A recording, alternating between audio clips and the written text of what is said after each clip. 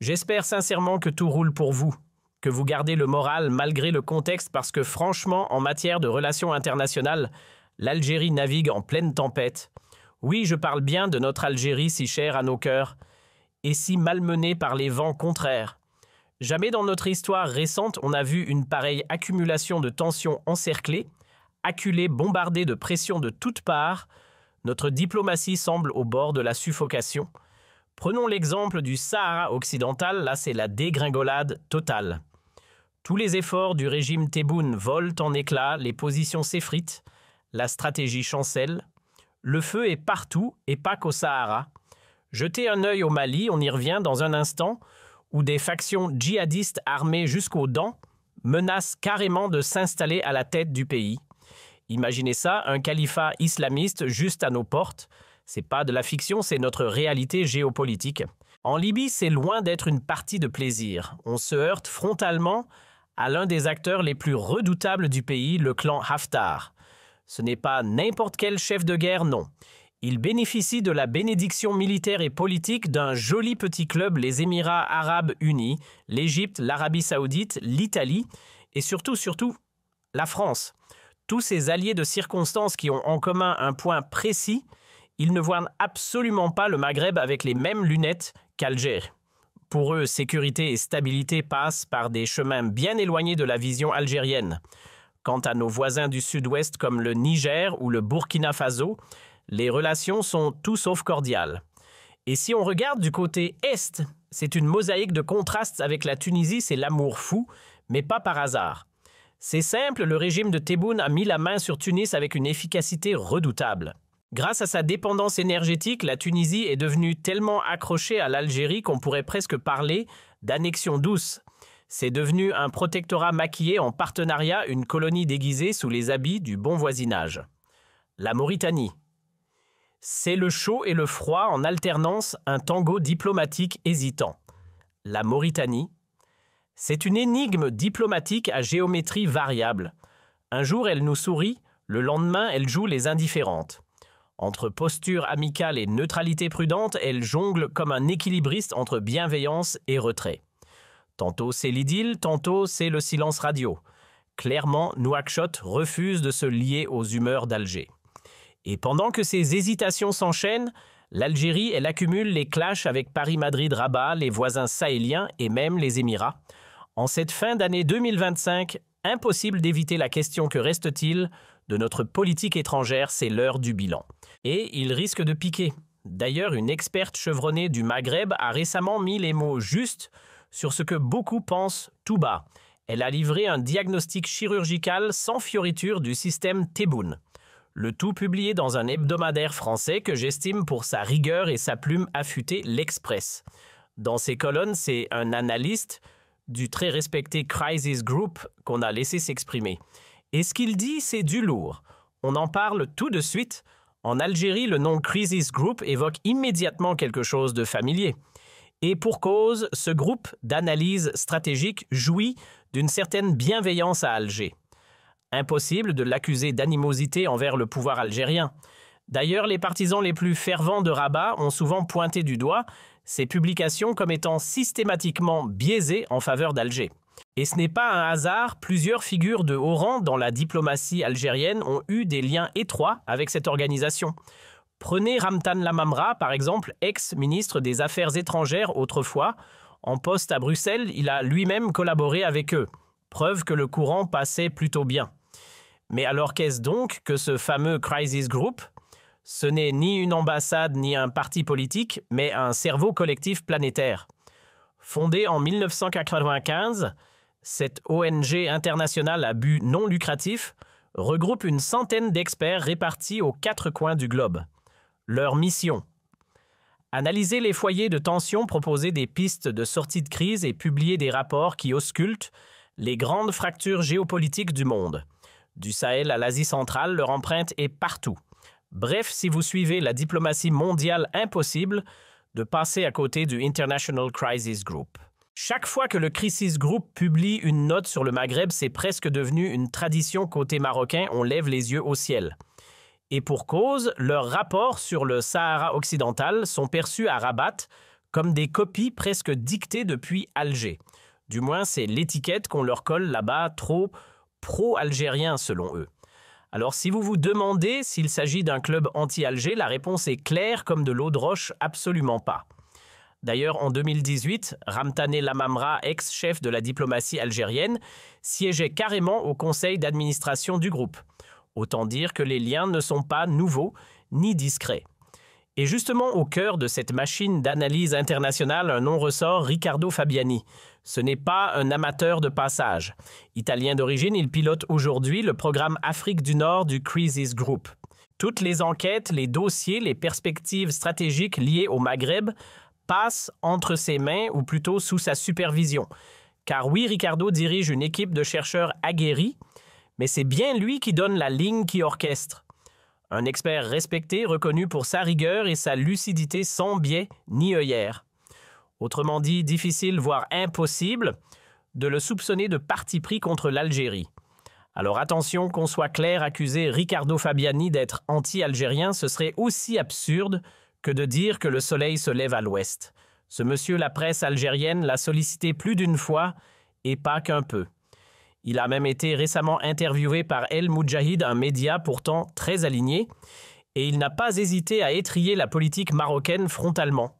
Alors non, inutile de crier au complot, non, il n'a pas touché un chèque du Maczen, et non, ce n'est pas un agent infiltré de Rabat. D'ailleurs, à force d'entendre l'italien Fabiani, je me suis posé la question, est-il vraiment italien en fouillant un peu?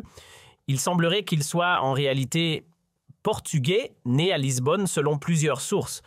Donc non, ce n'est même pas un Romain, c'est un Lisboète pur jus. Et dans l'interview accordée à l'Express, il ne mâche pas ses mots. Fabiani y décode avec finesse la claque diplomatique que le régime Tebboune peine encore à digérer. Il revient sur cette manœuvre risquée où l'Algérie a tenté de faire plier le Conseil de sécurité de l'ONU en contestant de front une résolution américaine. Une résolution qui, adoptée le 31 octobre à New York, valide sans le dire trop fort le plan d'autonomie marocain. Traduction. L'ONU s'oriente doucement mais sûrement vers une reconnaissance implicite de la souveraineté du Maroc sur le Sahara occidental sous la forme d'une autonomie élargie. Un camouflet que le pouvoir algérien tente encore de maquiller en victoire. Innik. Le revers encaissé par le régime Tebboune sur le front diplomatique n'a rien d'anodin, c'est un échec cuisant, humiliant à l'échelle géopolitique. Mais à Alger, plutôt que d'admettre la claque, on préfère jouer la carte du théâtre. On repeint la défaite en triomphe comme si c'était une manœuvre brillante. Sauf qu'à ce niveau, on ne parle plus de simples mensonges, non, on nage dans une mythomanie assumée. Une réalité réécrite, déformée jusqu'à l'absurde pour tenter de sauver la face coûte que coûte. Et au milieu de cette illusion nationale, Riccardo Fabiani, lui, ne fait pas dans la langue de bois. Dans l'Express, il lâche une phrase tranchante comme une lame. L'Algérie refuse de bâtir de vraies alliances. Résultat, quand elle est en difficulté, personne ne se précipite pour l'aider. Une sentence froide sans appel. Et pourtant, elle résume parfaitement le vide stratégique actuel. Lorsque l'Express a tendu le micro à Riccardo Fabiani pour décrypter le rapport de force entre Alger et Rabat, sa réponse a été aussi limpide que tranchante. Il a expliqué comment, malgré tous les efforts algériens, une résolution onusienne clairement favorable au Maroc a fini par passer comme une lettre à la poste. Et surtout comment cette dynamique glisse lentement mais sûrement vers une validation implicite de la souveraineté marocaine sur le Sahara, en écartant de plus en plus le principe d'autodétermination du peuple sahraoui. Un virage historique, mais pas dans le sens souhaité par Alger. Le plus frappant, c'est que ni Pékin ni Moscou, pourtant amis de longue date d'Alger, n'ont levé le petit doigt pour bloquer cette décision. Aucun veto, aucun geste. Silence radio. Ce texte aux accents franchement pro-marocains s'est frayé un chemin sans la moindre résistance. Et pour cause, ce régime, celui de Tebboune, a radicalement changé la donne. Là où ses prédécesseurs utilisaient le dossier sahraoui comme une carte géopolitique, lui en a fait un symbole absolu, une obsession nationale. Un combat sacré. Tous les leviers de l'État, diplomatie, énergie, influence ont été mis au service d'un seul objectif, faire capoter la montée en puissance du Maroc, l'empêcher d'asseoir son autorité sur ce territoire disputé. Résultat, un isolement stratégique et une réalité qui s'éloigne chaque jour un peu plus de ses ambitions. Avant même de laisser la parole à Riccardo Fabiani, la rédaction de l'Express avait déjà planté le décor avec un commentaire d'une justesse implacable. Et pour cause, les 30 et 31 octobre ont été 2 journées noires pour le régime de Tebboune, un véritable combo perdant. D'abord, l'Assemblée nationale française a sorti la grosse artillerie en proposant de revoir, voire de supprimer l'accord de décembre 1968. Un texte historique qui offrait des avantages précieux aux ressortissants algériens en France acquis à la sueur du front et au prix du sang versé pendant la guerre d'indépendance. Et comme si ça ne suffisait pas, le lendemain, c'est l'ONU qui vient enfoncer le clou.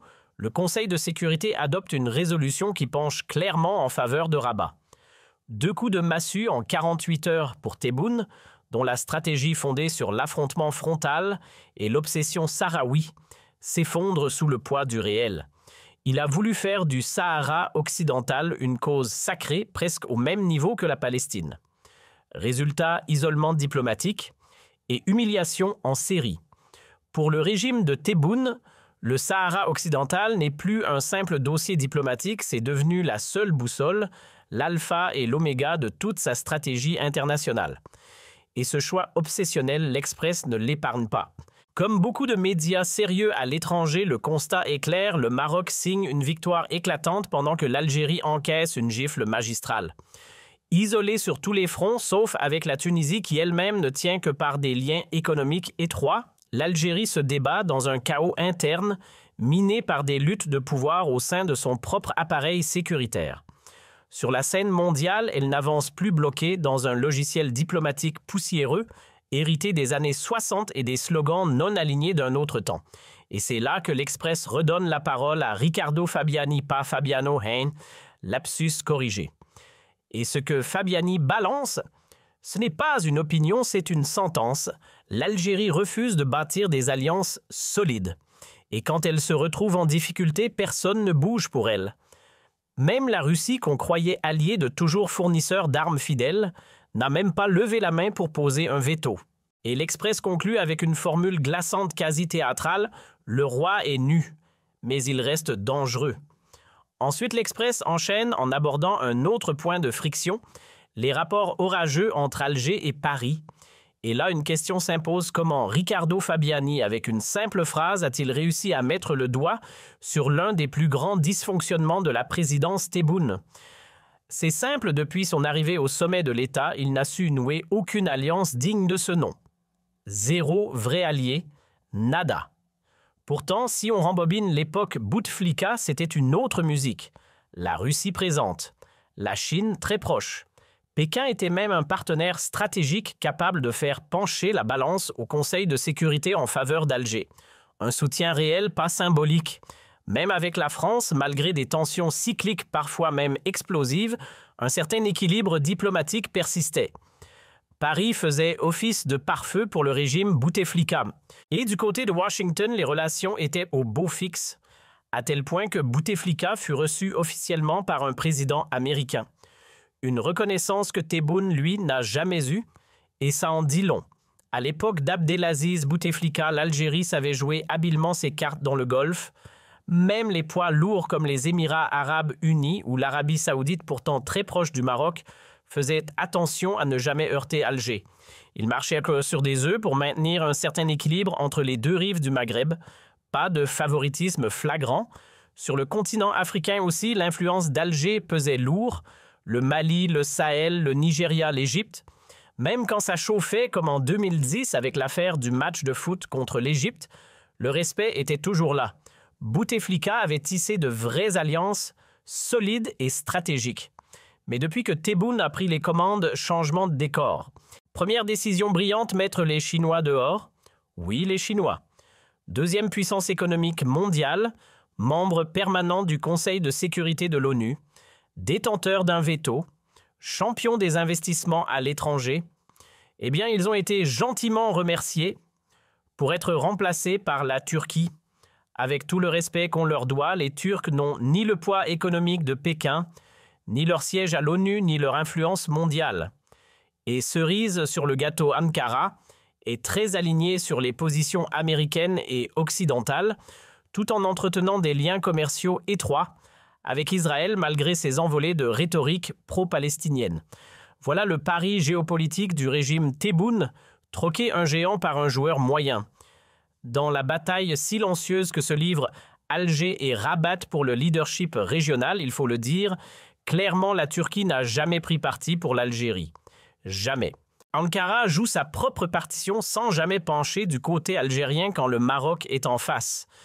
Et là où ça devient presque comique, c'est lorsque Tebboune se fâche avec les Émirats et l'Arabie Saoudite pour se jeter dans les bras du Qatar pensant trouver un allié solide. Sauf que Doha, tout comme Riyad, ne reconnaît même pas le Polisario. Pour eux, le Sahara occidental est marocain, point final. Et pendant que l'Algérie renverse la table, les Émiratis, eux, consolident leurs liens avec les Russes, les Chinois, les Européens, les Américains, bref, avec tout le monde, sauf Alger. Résultat poussé dans leur retranchement, les Émirats finissent par rapprocher encore plus leur position de celle du Maroc et adopter une attitude franchement hostile envers l'Algérie. Quant à la Russie, l'histoire est un feuilleton. Au début, Alger voulait jouer la carte pro-Moscou. Puis quand les Russes ont refusé de miser sur Tebboune, ni soutien politique, ni billet d'entrée pour les BRICS, le régime a fait un virage spectaculaire vers Washington. Les Russes se vexent, le froid s'installe. Et juste avant le vote crucial à l'ONU panique, à bord Alger tente de recoller les morceaux comme si rien ne s'était passé. La conclusion est simple, brutale, indiscutable, l'Algérie ne possède plus d'alliés réels. Elle n'a que des partenaires de circonstance, des relations utiles quand tout va bien, mais absente lorsque la tempête arrive. Dans l'Algérie version Tebboune, on collectionne les partenaires, mais on n'a plus le moindre allié, les Turcs partenaires de circonstance. Les Italiens, même catégorie. Les Qataris, pareil. Des relations utiles, oui, mais qui ne vont jamais plus loin qu'un échange de bons procédés quand les intérêts se croisent. Parce qu'un partenaire, c'est simple tant que les calculs économiques ou les enjeux politiques du moment coïncident. On se serre la main, on signe 2 accords, on se rend service quand ça nous arrange. Mais dès que le vent tourne, chacun rentre chez soi. Un allié, un vrai, c'est autre chose. Il n'y a pas que les contrats, que les pipelines ou que les investissements. Il y a une vision partagée, un socle de valeurs communes, une cause qui unit. C'est un lien stratégique qui dépasse l'immédiat. Et c'est précisément ce que l'Algérie avait autrefois avec la Chine, une alliance pensée, organisée, construite, une vision géopolitique alignée, ne plus dépendre de l'Occident, repenser l'architecture internationale, moderniser l'ONU, limiter l'ingérence étrangère en Afrique, soutenir un développement autonome sans créer des relations toxiques avec les élites locales. Bref, une coopération qui reposait sur une philosophie commune, pas sur des deals passagers. Un véritable allié, c'est quelqu'un avec qui tu partages une même lecture du monde, une même boussole idéologique. C'est pour cela que certaines relations d'autrefois fonctionnaient, avec la Chine, avec la Russie à une certaine époque, ou même avec quelques États africains, il existait une vision commune.